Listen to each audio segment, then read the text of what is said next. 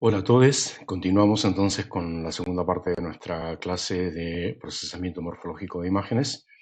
En nuestro encuentro pasado, en nuestro video pasado, habíamos estado hablando del tema de morfología binaria y habíamos visto básicamente las operaciones de dilatación y erosión pensadas o interpretadas como un AND o un OR respecto de los valores binarios de una imagen previamente binarizada.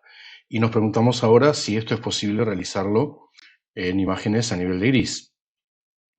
Bueno, para ello lo que tenemos que hacer es encontrar una buena generalización de las operaciones AND u OR que sea adecuada para hacer dilatación o erosión en niveles de gris. Esto, bueno, da origen a una amplia actividad de investigación.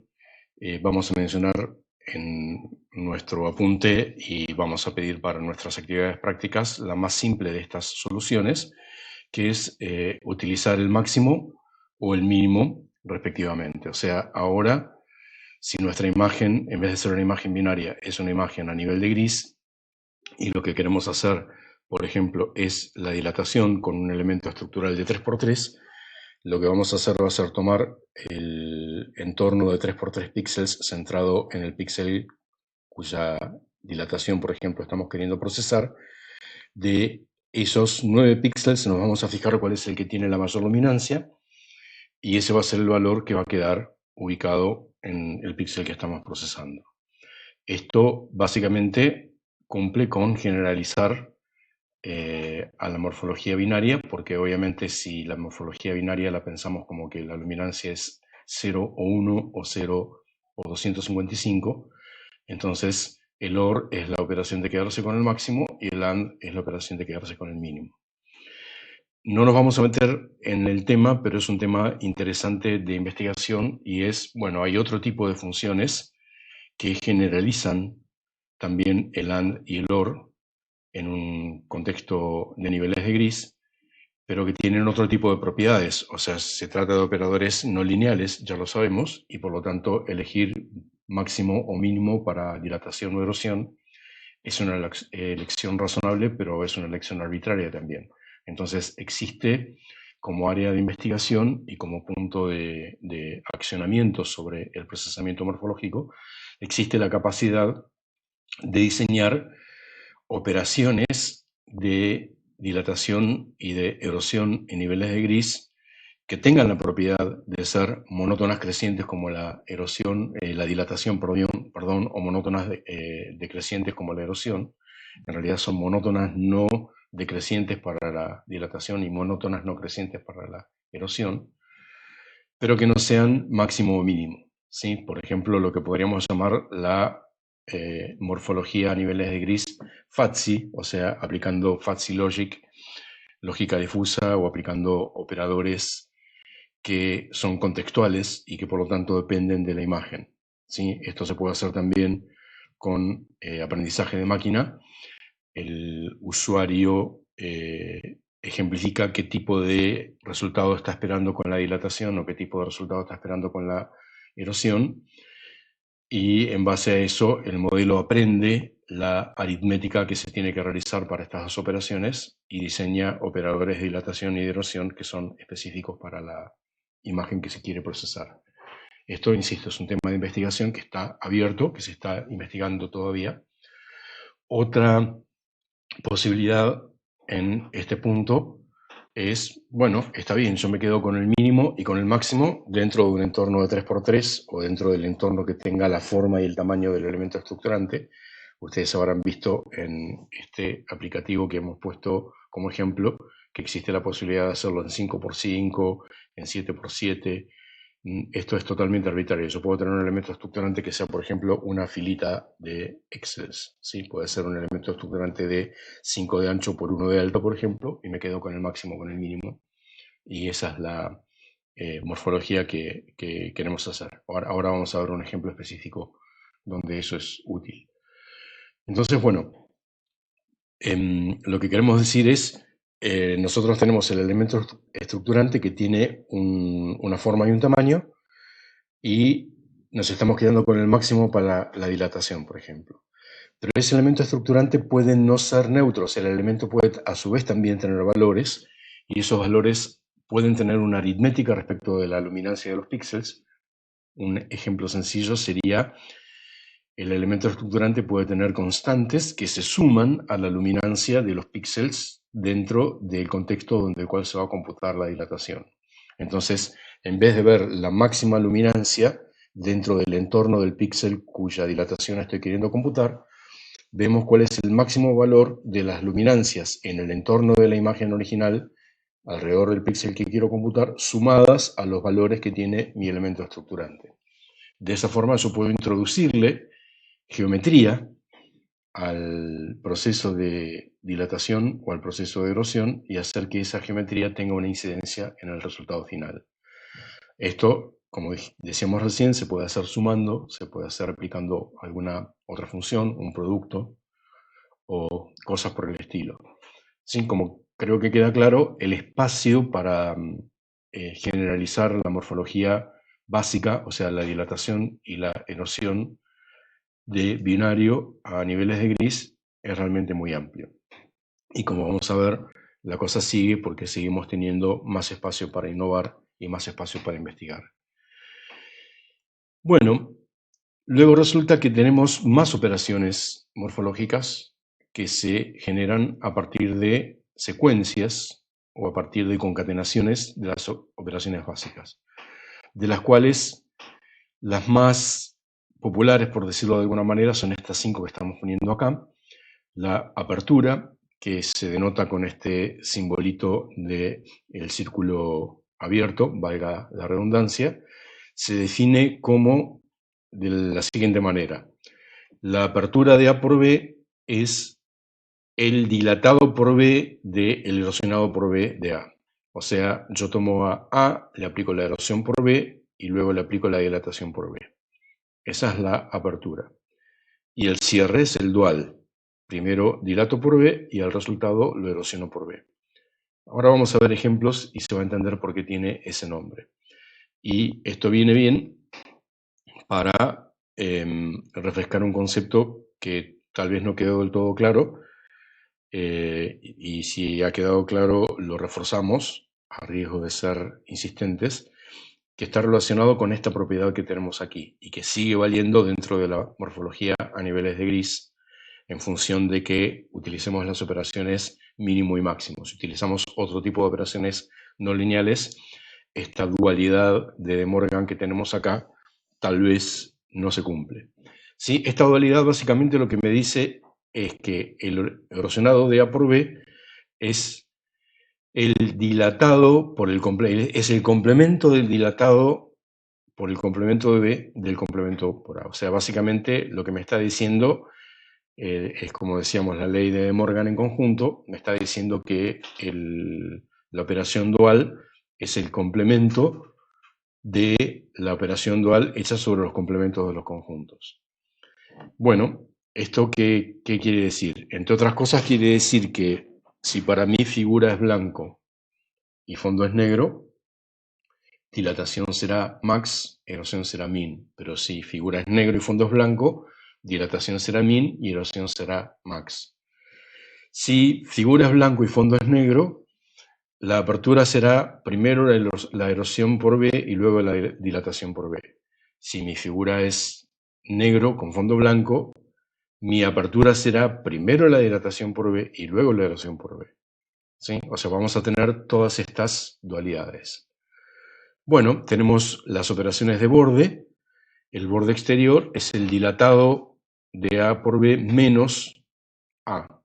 O sea, básicamente veo qué fue lo que creció cuando yo le apliqué la operación de dilatación. Y el borde interior es la figura original menos el erosionado de la figura por un elemento estructurante. Veo qué fue lo que se perdió cuando le apliqué erosión.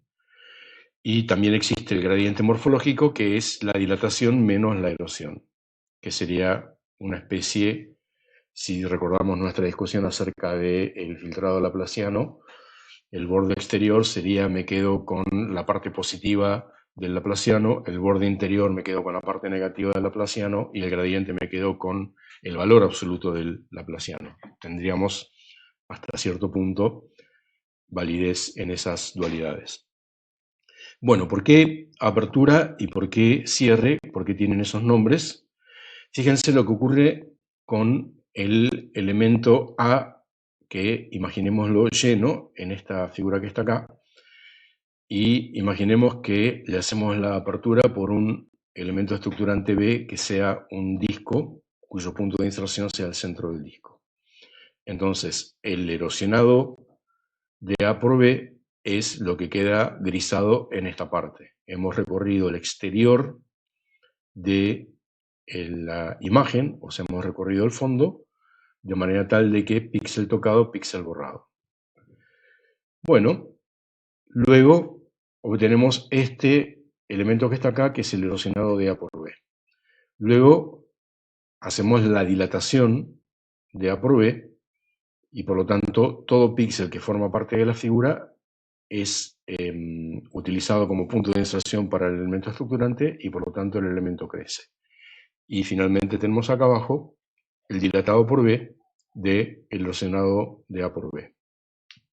Como vemos, se parece bastante, un poco, pero no del todo, a la figura original, pero se ha perdido este pequeño puente que unía a las dos grandes partes de la figura y se han perdido estas dos penínsulas.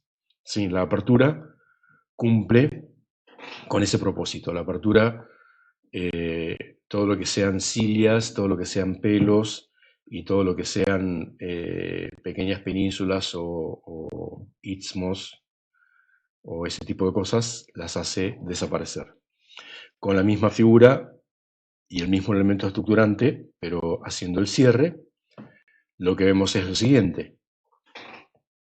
Primero el dilatado de A por B genera esta figura sólida que tenemos acá, luego a ese le hacemos la erosión y fíjense que ahí lo que ocurrió es esta bahía o esta grieta que tenía, que se soldó, si me permiten, se rellenó cuando hicimos la dilatación.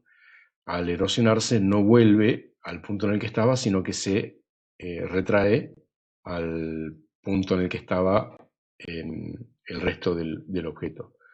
Este es el objeto que tiene el cierre. ¿Sí? El cierre suelda grietas, elimina bahías. Eventualmente, si esta figura hubiese tenido poros, esos poros se hubieran cerrado. De la misma manera que en el caso de la apertura, si esta figura hubiera tenido puntos aislados afuera, hubiera tenido como una arenita, eso hubiese desaparecido.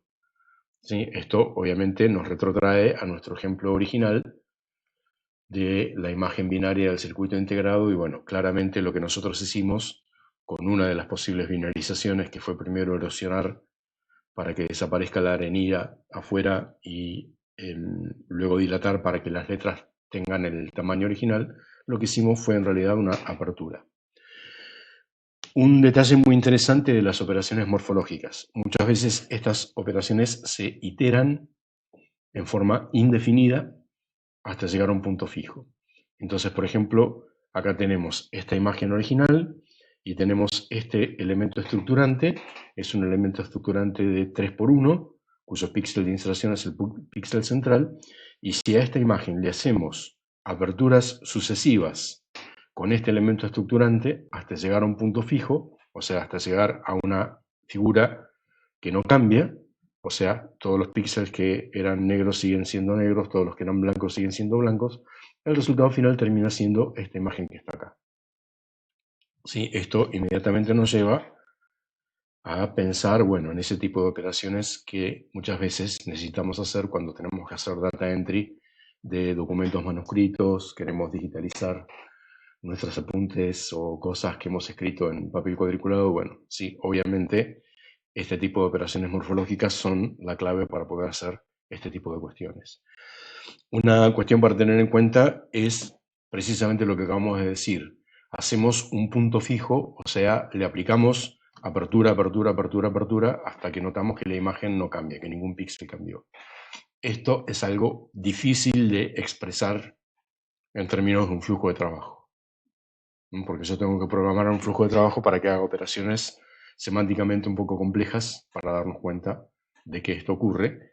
Sobre todo porque, bueno, los puntos fijos son engañosos. O sea, yo puedo tener una situación, esto lo vamos a ver más adelante cuando veamos autómatas celulares, yo puedo tener una imagen tal que cuando le hago una apertura cambia un píxel que estaba en negro pasa a ser blanco y en la apertura siguiente el píxel blanco pasa a ser negro. Entonces la imagen está oscilando y nunca llega, técnicamente nunca llega a un punto fijo, aunque visualmente llega a un punto fijo. Entonces me puedo encontrar con situaciones donde la automatización de este proceso se hace muy difícil o se hace imposible. ¿Sí? Recordemos, por favor, eso que dijimos varias veces en la materia. ¿Sí? La materia sigue estando todavía en un punto en el cual los resultados están lejos de ser como IT, como son en otras ramas de la ingeniería o en otras ramas de la ciencia de la computación, porque realmente el procesamiento de imágenes es muy complejo y todavía estamos aprendiendo cosas acerca de él. Un ejemplo de frontera exterior. En esa imagen hacemos el dilatado y luego le sustraemos la imagen original y obtenemos los bordes de los globulitos. Ahora vamos a ver algunas operaciones más interesantes todavía que tienen obviamente una aplicabilidad realmente muy grande. Bueno, antes de dejar estas operaciones de morfología a nivel de gris y hablar de una temática que va a ser realmente muy interesante, ahora van a ver de qué se trata, no podemos dejar de darle un tiempo interesante a un procesamiento morfológico muy utilizado, que es el filtro de mediana. Sí, nosotros sabemos, por haber hecho alguna materia de estadística, que la mediana es lo que se dice un indicador de tendencia central no paramétrico. O sea, es como una especie de media, pero no es un parámetro estadístico, sino que es no es un parámetro, sino que es una tendencia de orden, es un ordinal. ¿Sí? La mediana en un conjunto es el elemento que está en el centro del conjunto. Si las medianas fuesen, por ejemplo, nuestras estaturas, si nos colocamos en fila, la persona que está en la mediana es la que está en el medio de la fila. ¿Cuál es la razón por qué se utiliza estadística no paramétrica en general y por qué la vamos a querer utilizar en procesamiento de imágenes en particular? Y básicamente porque la estadística paramétrica, la media y el desvío estándar, son lineales. ¿Eso qué quiere decir? Quiere decir que no tienen capacidad de eliminar el ruido, sobre todo los ruidos que tienen que ver con los valores atípicos, con los extremos. Si nosotros en esa cuestión de la fila colocásemos a una persona extremadamente alta o extremadamente baja, esa persona movería la media de la estatura de la población, pero no movería o movería muy poco la mediana de la estatura de la población. O sea, lo que básicamente queremos decir es la mediana en particular y lo que tiene que ver con los llamados percentiles en general son robustos respecto de los atípicos. Eso hace que el filtro por mediana, tal cual tenemos el ejemplo aquí, sea muy utilizado porque básicamente cuando nosotros estamos en esta imagen que tenemos acá, nuestra vieja conocida imagen del circuito integrado, estamos aplicando el filtro de mediana en diferentes sectores. Si nos colocamos en un sector que es fondo, o sea que es el sustrato de la imagen, es la parte de la imagen en la cual hay pintura, entonces, bueno, vamos a tomar 9 píxeles y nos vamos a quedar con el que esté en el lugar 5 de luminancia. ¿Sí? De los 9 los ordenamos por luminancia, si estamos aplicando la mediana 3×3, y nos vamos a quedar con la quinta luminancia. ¿Eso qué quiere decir? Quiere decir que tenemos que tener mucha mala suerte para que en ese entorno de 3×3, de 9 píxeles, haya 5 valores que estén por encima de la media de la clase para que eso perturbe la luminancia. Si hay 4 valores que están por encima de la media de la luminancia, entonces van a haber 5 valores que están por debajo de la media de la luminancia y el resultado va a ser más oscuro. Lo mismo va a pasar con un píxel tomado en la zona del sustrato, ¿sí? Se va a encontrar un valor que va a estar o por encima o por debajo en función de la suerte o la mala suerte que yo tenga. O sea, yo voy a tener un sector de 5 por 5 píxeles y me voy a quedar con el que esté quinto en la luminancia. Entonces yo tengo que tener la mala suerte de que hayan 5 píxeles que estén por debajo de la media de la luminancia que corresponde a la pintura para elegir un píxel que esté por debajo de la media. ¿Sí? Esto, insisto, es algo que nos muestra por qué el filtro de mediana tiene la característica de filtrar el ruido, y también un detalle muy interesante es por qué no filtra el ruido, sobre todo el ruido gaussiano, o peor aún, no filtra muy bien el ruido salt and pepper, del cual hablamos en nuestro encuentro anterior. Ahora vamos a ver por qué, sin eliminar o sin suavizar los bordes, porque nosotros vemos esta imagen, vemos cómo ha sido filtrado por el filtro de mediana, pero vemos que, a diferencia de lo que nos pasaba con el filtro de media, los bordes o las fronteras siguen siendo pronunciados, sigue habiendo alta frecuencia ahí. ¿Por qué ocurre eso? Y porque cuando yo estoy depositando mi elemento estructurante sobre la frontera, supongamos tengo el elemento estructurante puesto de manera tal de que tengo 3 píxeles de una fila sobre una parte del elemento y 6 píxeles sobre el elemento diferente. O sea, tengo una columna de 3 píxeles sobre letra y las otras dos columnas, los otros 6 píxeles sobre sustrato. El valor a ser elegido va a ser la mediana de esos 9. Entonces, bueno, es cierto, yo tengo 3 que van a estar por encima porque pertenecen a la pintura. Pero tengo 6 cuya expectativa es que estén por debajo porque pertenecen al fondo. Entonces, para que eso me genere un píxel que esté por encima, yo tengo que tener, bueno, la mala suerte de que haya por lo menos 2 atípicos dentro de la zona que elegí para que me salga un píxel que esté por encima de la luminancia del sustrato. Puede ocurrir que en esos 6 haya 2 atípicos, pero la probabilidad es muy baja. Entonces, la mayor parte de las veces, la mediana a ser elegida va a ser una mediana más oscura. Y de esa manera, el píxel del lado fondo, en contacto con el píxel del lado figura, va a ser típicamente un píxel oscuro. Cuando yo estoy del lado figura, voy a tener 3 columnas que se corresponden a... Perdón, voy a tener 2 columnas que se corresponden a la pintura y una que se corresponde a fondo, y el resultado va a ser lo mismo por la inversa. Yo voy a tener 6 píxeles que van a tener un valor alto de luminancia y 3 píxeles que van a tener un valor bajo de luminancia. Tengo que tener la mala suerte que de los 6 píxeles de la pintura haya por lo menos 2 que tengan luminancia baja para que ese píxel sea de luminancia baja. Es probable, pero es muy poco probable. Entonces, la mayor parte de las veces, en la imagen filtrada por mediana, el píxel de figura que está en contacto con el píxel de fondo, la mayor parte de las veces es brillante, es luminoso. Y por lo tanto, la alta frecuencia que yo tenía en la imagen original se va a seguir conservando. Bueno, esto es interesante porque luego yo puedo generalizar los filtros a cualquier percentil. Puedo tener un filtro de, en vez de mediana, que es percentil 50, puedo tener un filtro de percentil 10, un filtro de percentil 90. Y esto es en general lo que se hace cuando uno normaliza una imagen. Uno hace lo que se llama un blackout y whiteout.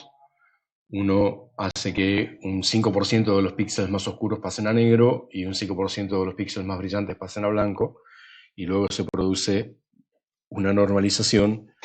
Bueno, y hay más cosas todavía que vamos a ir viendo más adelante. Luego tenemos otro tipo de generalizaciones, y es qué pasa si en vez de quedarme con la mediana, me quedo con algún píxel que está en algún otro ordinal. O sea, de nuevo, pensemos que estamos pensando en una ventana de 3×3 y por lo tanto yo ordeno a los 9 píxeles por luminancia. Si elijo el de arriba del todo, estoy haciendo dilatación. Si elijo el de abajo del todo, estoy haciendo erosión. Si elijo el del medio, estoy haciendo mediana. pero puedo elegir el que está en el número 2, 3, 4 y estaría haciendo semidilataciones. Estoy eligiendo el segundo píxel más brillante o el tercer píxel más brillante. O puedo elegir el que está en el lugar 6, 7, 8, con lo cual estoy haciendo semierosiones. Estoy eligiendo el anteúltimo píxel más oscuro o el antepenúltimo píxel más oscuro. Todas estas operaciones tienen algún significado, tienen alguna utilidad. Esto lo vamos a ver más adelante cuando veamos algún temita complementario de procesamiento morfológico. Más operaciones morfológicas. Estas son operaciones muy utilizadas, la operación top hat y su dual, el bottom hat. Top hat se interpreta como A menos en la apertura de A por B. O sea, yo hago la apertura de A por B y obtengo esta imagen que está acá. Luego a esta imagen que está acá le resto esta imagen que está acá y el resultado que tengo es el top hat de A por el elemento estructurante B. ¿Sí? Básicamente lo que hace es retiene en la figura los elementos que sean más pequeños que el elemento estructurante y que al mismo tiempo sean más brillantes que su entorno. En este caso, esto nos sirvió para hacer una aceptable presegmentación de la vasculatura de una retina. Esta es la imagen típica de una retina, un fondo de ojo. Entonces, bueno, esta es la parte más importante de la retina, que es la mácula, donde están la mayor parte de nuestros conitos, de los cuales hablamos al comienzo de nuestra materia.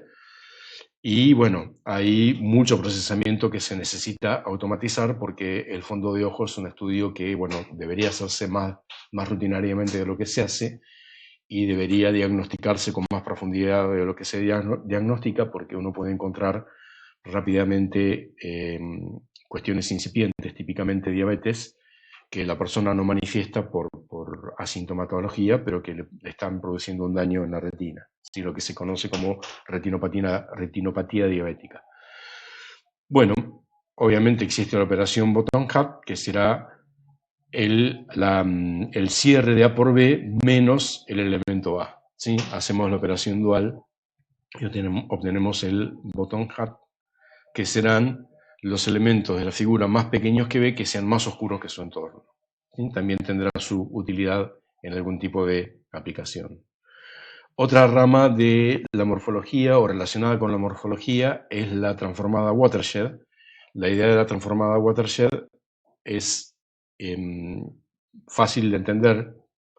¿Sí? Básicamente lo que hacemos es encontrar los mínimos locales en la imagen, o sea, un mínimo local es un píxel que tiene una luminancia estrictamente menor o igual, pero no mayor que la de ninguno de sus píxeles vecinos. Esto se lo puedo hacer, por ejemplo, en 3x3 o lo puedo hacer en 5x5, etcétera, etcétera. Supongamos que hacemos el watershed en 3x3. Entonces, nuestro primer punto es recorrer a la imagen por una ventanita de 3x3 y preguntarnos si el píxel del centro de esa ventanita de 3x3 tiene una luminancia que sea menor o igual, pero nunca mayor que la de todos sus vecinos. Si esa condición se cumple, ese píxel es marcado.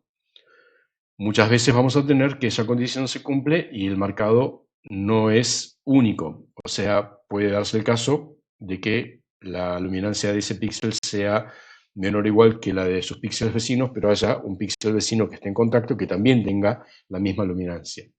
Todas esas regiones conexas se juntan y conforman lo que está marcado acá, conforman lo que nosotros llamaríamos el marcado inicial de la imagen, que sería, como vamos a intentar hacerlo en la metáfora, serían lugares donde yo tengo un surgente de agua, a partir del cual brota agua y esa región se empieza a inundar. ¿Sí? Como estoy en un mínimo local, como todos los píxeles marcados tienen la mínima luminancia, cuando yo empiezo a aumentar la luminancia, voy generando una especie de dilatación porque me voy moviendo hacia píxeles vecinos.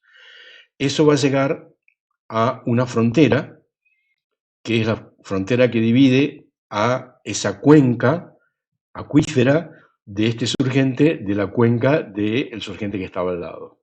Entonces ahí voy a obtener un píxel que va a ser un píxel de frontera, que es el que divide la región de la cuenca del watershed, por eso se llama de esa manera en inglés, es la que divide la cuenca del watershed de esta marca inicial de la cuenca del watershed de la marca inicial que está al lado. Bueno, si nosotros hacemos eso con una imagen como esta, que sería un dolor de cabeza a la hora de contar globulitos para cualquiera de los métodos que querramos aplicar, entonces tenemos aquí en rojo el marcado inicial, o sea, todos los píxeles que son mínimos locales, y marcada la frontera que separa a la cuenca de ese marcado inicial de la cuenca del marcado inicial vecino. Y como vemos, eso que hemos obtenido en general produce una segmentación que es bastante adecuada, o por lo menos puede dar origen a una segmentación inicial. ¿Por qué? Porque luego yo lo que hago es hacer algún tipo de algoritmo de crecimiento. Después vamos a ver cómo se pueden hacer algoritmos de crecimiento. Yo puedo tener dilataciones llamadas condicionales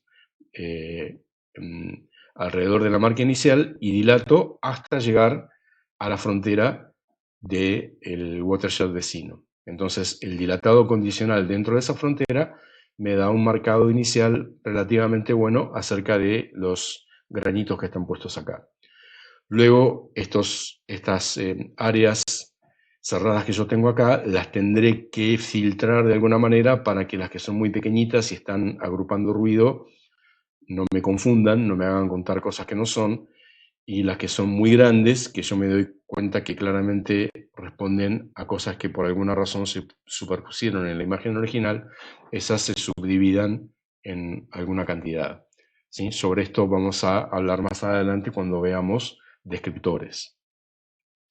Una cosa muy importante, de la cual hablamos muy poco en convolución, no hablamos nada en morfología, y ahora sí lo mencionamos y vamos a volver para atrás, es el tema de cuál es la manera en la cual vamos a medir la distancia.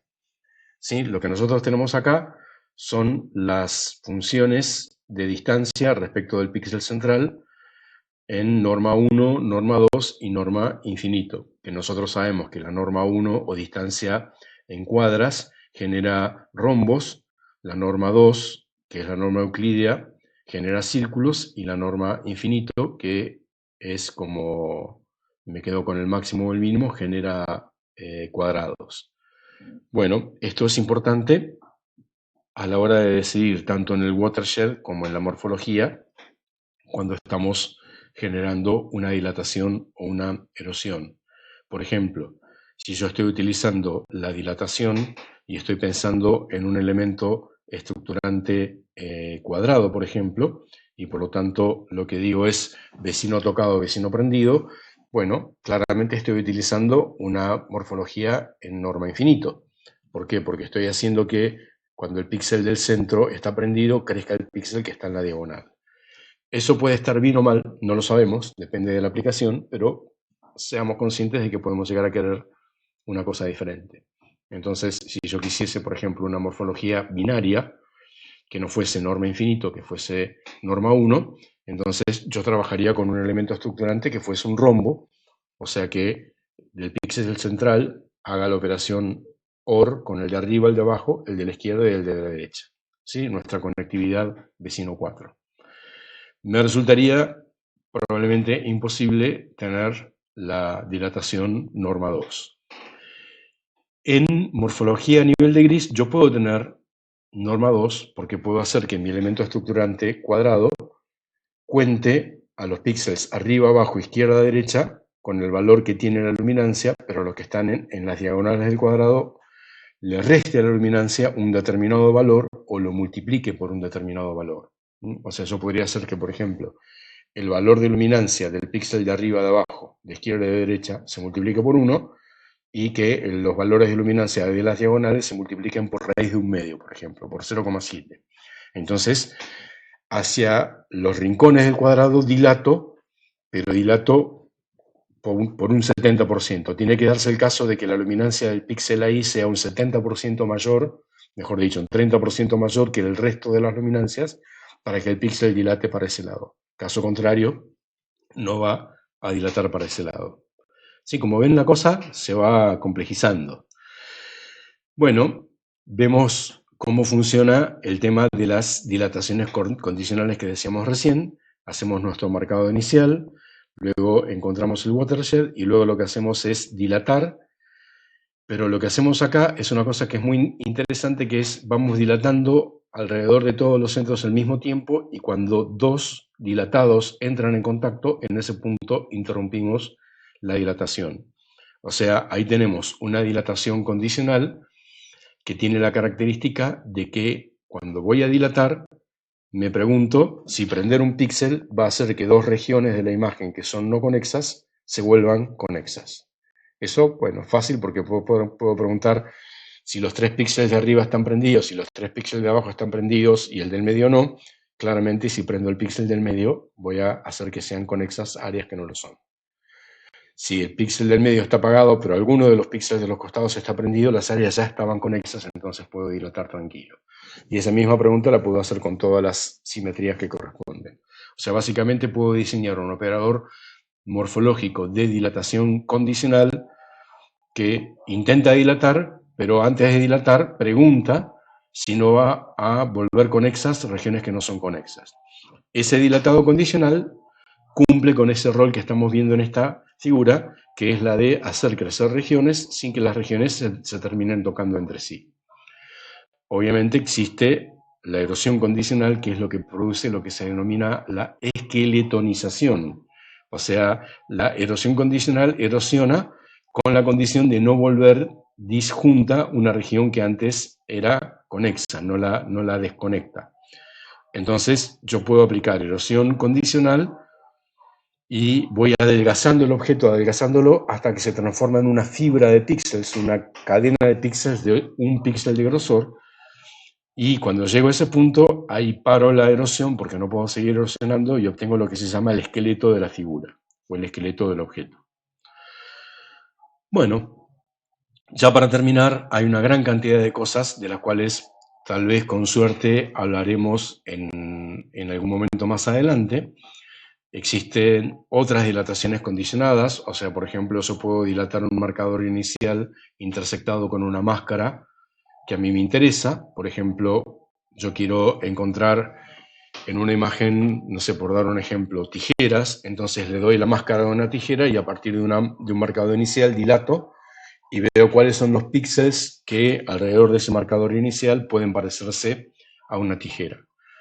Existe otra dilatación condicional que es la que permite encontrar lo que se llama el armazón convexo, o sea, la región convexa de una imagen, de manera tal de que todo píxel de esa imagen sea una combinación convexa de todos los otros píxeles de la imagen. Es una dilatación condicional. Bueno, de la esqueletonización ya hemos hablado. La granulometría es una técnica realmente muy interesante porque voy haciendo operaciones de aperturas o cierres con elementos estructurantes de tamaño creciente y me voy fijando qué es lo que va pasando con la imagen en cada uno de esos casos y luego puedo determinar la distribución de los radios de los granos dentro de esa imagen. O sea, yo por ejemplo tengo, como nos había pasado en una imagen como las que vimos recién, en esta imagen de acá, yo puedo aplicar aperturas y cierres con diferentes tamaños y luego contar la cantidad de granos que tienen un determinado tamaño y a partir de ahí hacer un análisis de lo que puede estar conteniendo la imagen en ese punto. Hay otra generalización de las operaciones morfológicas que es la transformada hit and miss. Nosotros podríamos haber dicho que nuestra morfología binaria, la primera que vimos al comienzo, solamente tiene en cuenta el hit, el éxito, el haber encontrado un elemento. Luego puedo tener operaciones de dilatación o de erosión, en la cual el píxel, por ejemplo, se prende, solo si es verdad que algunos píxeles alrededor de ese píxel están prendidos y algunos píxeles alrededor de ese píxel están apagados. ¿Sí?